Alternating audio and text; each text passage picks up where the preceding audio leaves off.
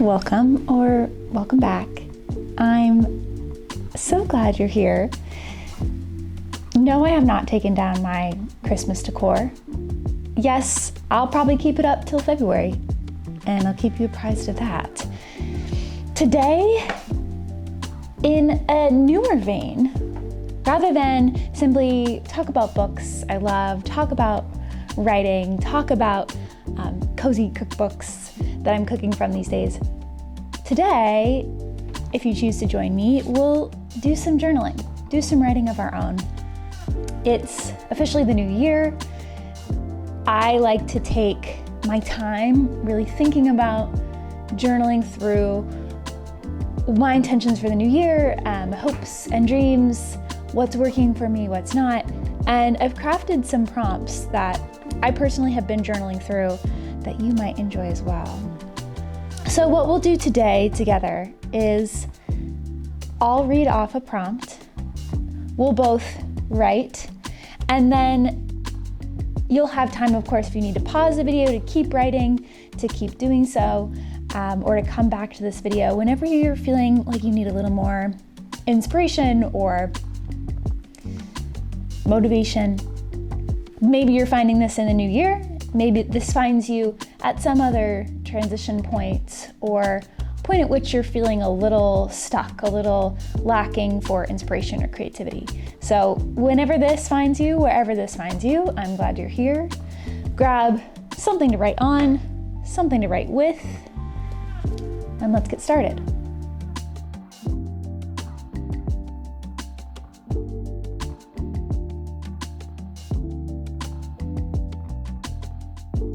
I've got my little cortado.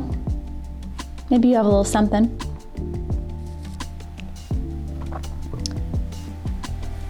Grab your journal, notebook, if you find journal a triggering word, and open to a blank page. Let's give this date a date. It's that moment of the year where you always have to think, what is the year? And luckily, last year was 2025, so all you have to do, if you mess it up, is like a little whoop to connect. Hopefully you found yourself somewhere cozy, perhaps even quiet, or put your headphones in if you're at a coffee shop. What I want you to do, first and foremost, is if something's on your mind,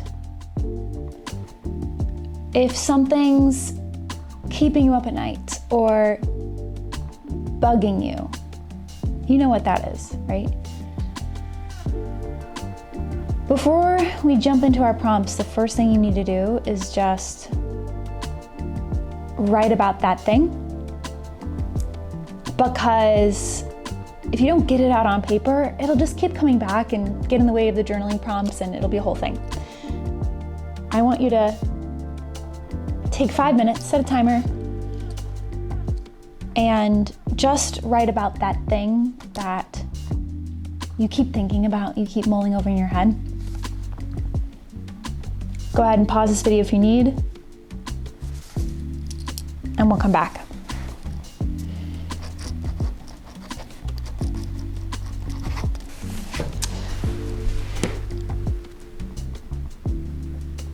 I don't know about you, my to-do list right now is very top of mind. But for you, it might be that conversation you had with your mom or a friend, or a presentation you wished would have gone better at work.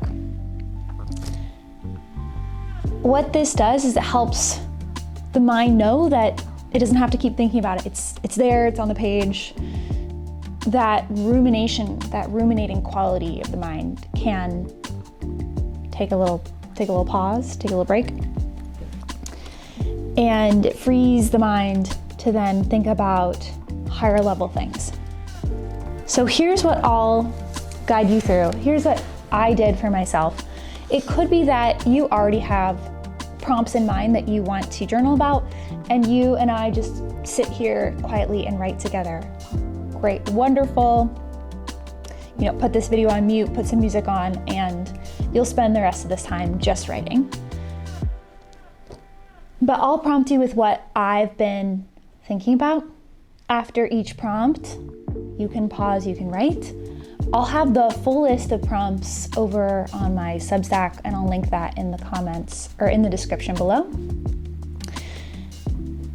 But let's just go through them line by line and go from there. What about my life currently serves me?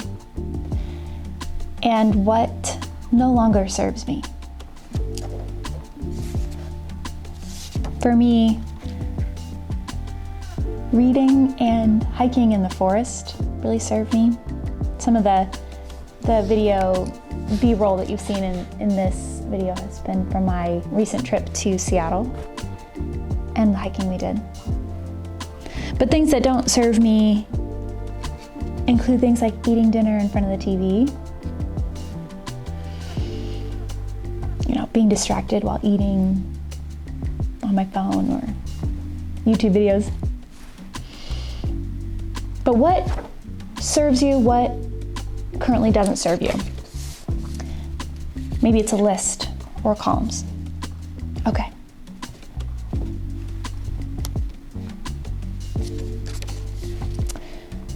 What do I want to learn about or deepen my knowledge of? For me, that's art history and pastry making techniques like choux and laminated doughs. Two ways to state a similar question, but the phrasing might bring up different responses from you. I feel most at peace, most calm when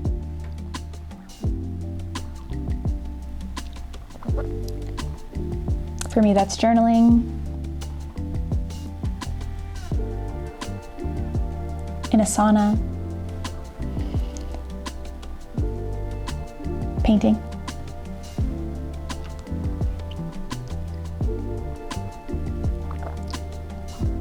Another way to phrase that, I achieve flow state when? What's that thing that you lose track of time doing? It may not be that it's a same feeling of like peace or calm, but it might be a sense of focus or purpose. Those might be different things.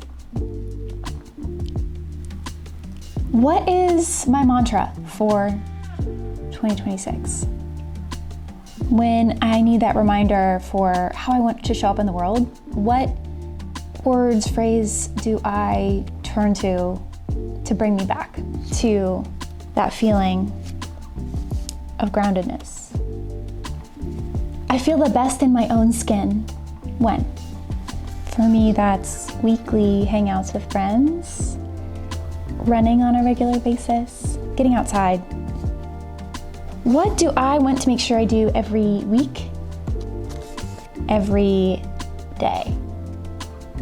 Write everything down, possibly, that you could think of, and pare down from there, right? My ideal morning routine is always like 50 things that would take a whole day to complete, and that's supposed to fit into like the 2 hours before work.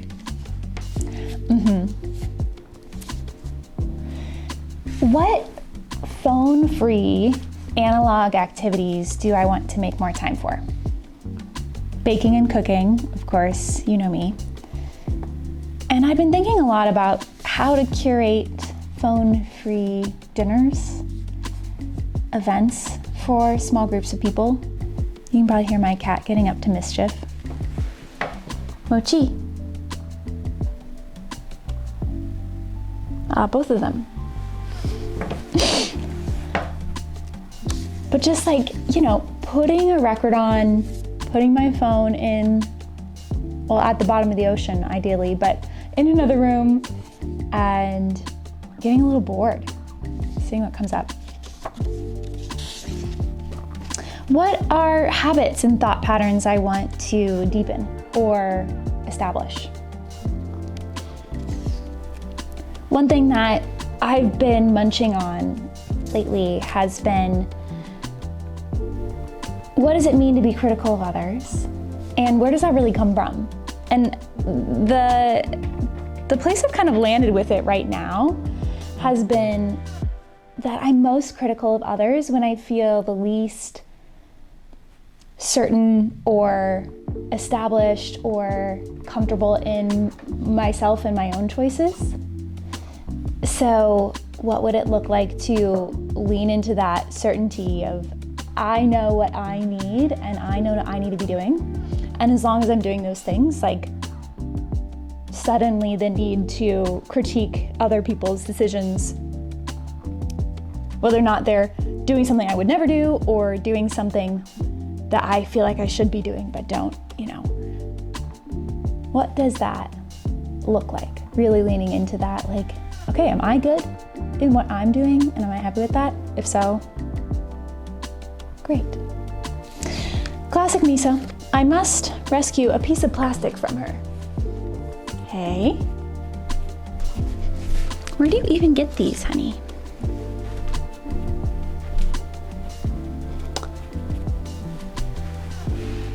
Ah, yes. I'm gonna throw that away. Okay. Where were we? What am I afraid to start for fear that I will be bad at it?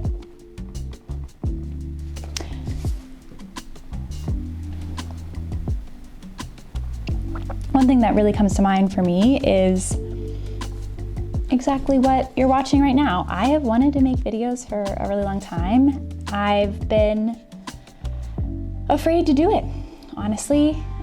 You open yourself up for critique from strangers on the internet. There's that. But there's so much more to be gained from creating and sharing with this community online that we're building. So here we are. And another thing that I've been afraid to really commit to or start is the element of daily artistic practice, whether that's journaling or painting, playing piano, you name it. But the regularity of that, the dailiness of that feels intimidating to me. Speaking of weekday routines, what should my weekday morning routine look like and post-work routine look like in the new year? Like, work is a non-negotiable. There's the reality of work being omnipresent in our lives. All of us pretty much need to work, whether it's for pay or not. But what does a morning, what does an evening look like to best set up for and then decompress from the day? I hope these prompts have given you something to start with. Other questions might come up for you, and as they do, honor those questions and answer them honestly. No one will read this, right? And it's the beauty of a journal is that it's for you, it's for no one else. It's so that your mind can feel like it doesn't have to remember everything all the time. What this journaling exercise is not, you've probably noticed this, is a way to set New Year's resolutions. Even the phrase New Year's resolutions brings up emotions in folks, myself included. They're often pretty punitive. They often involve hatred of your body and the way that it is and shows up in the world. They're really harmful. So think of these more as a coming home to yourself, as a way to realign with what really matters and how you spend your time and how you honor your body and its needs. If you'd like to stay here and keep writing with me, go ahead and loop the video. Put me on mute. Take this as a chance to write out what's come to mind. I'll be here, and I hope you join me next time for more mindfulness content. If this is your cup of tea, go ahead and like and subscribe, and we'll see you next time.